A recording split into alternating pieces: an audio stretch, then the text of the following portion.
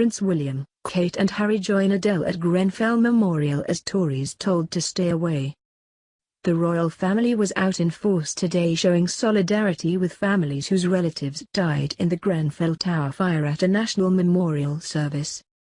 Survivors, bereaved families, the local community and first responders were joined by the Prince of Wales, Duchess of Cornwall, the Duchess and Duke of Cambridge and Prince Harry at the event at St Paul's Cathedral in central London. Prime Minister Theresa May, Communities Secretary Sajid Javid and Labour leader Jeremy Corbyn were among the politicians accompanying more than 1,500 guests for the 11 a.m. service.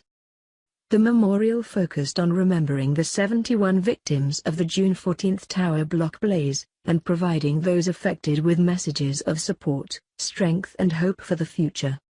As the hour-long service began, the council linked to the tragedy, the Royal Borough of Kensington and Chelsea, RBKC, observed a minute's silence at the Town Hall in High Street, Kensington. Council leader Elizabeth Campbell was not present at the service after some families said they would not want the council to attend in an official capacity.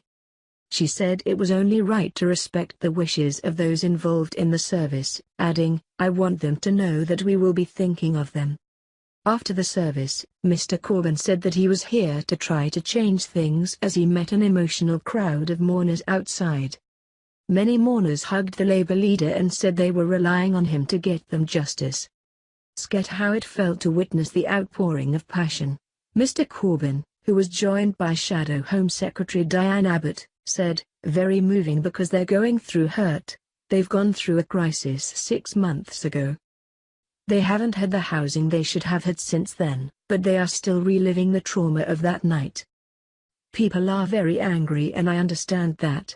I'm here to listen to them, I'm here to work and I'm here to try to change things."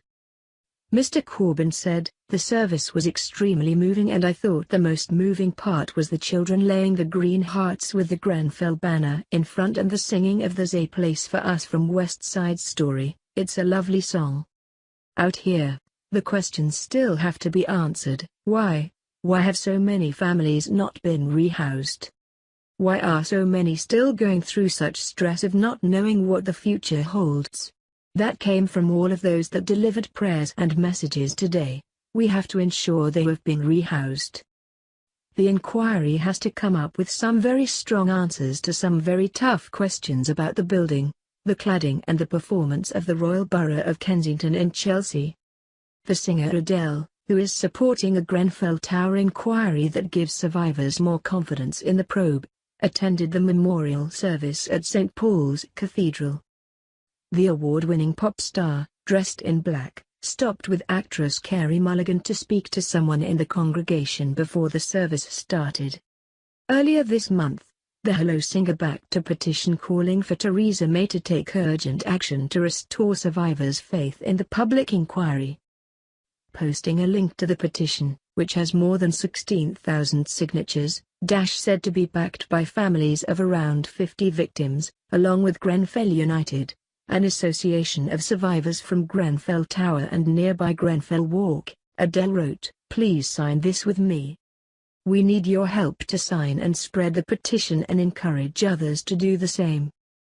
It's been almost 6 months now, we must keep on talking about what is still not happening."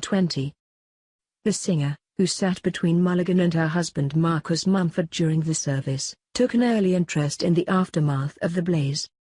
At around 1 a.m. on June 15, she paid a low-key visit to the site, staying for around 15 minutes.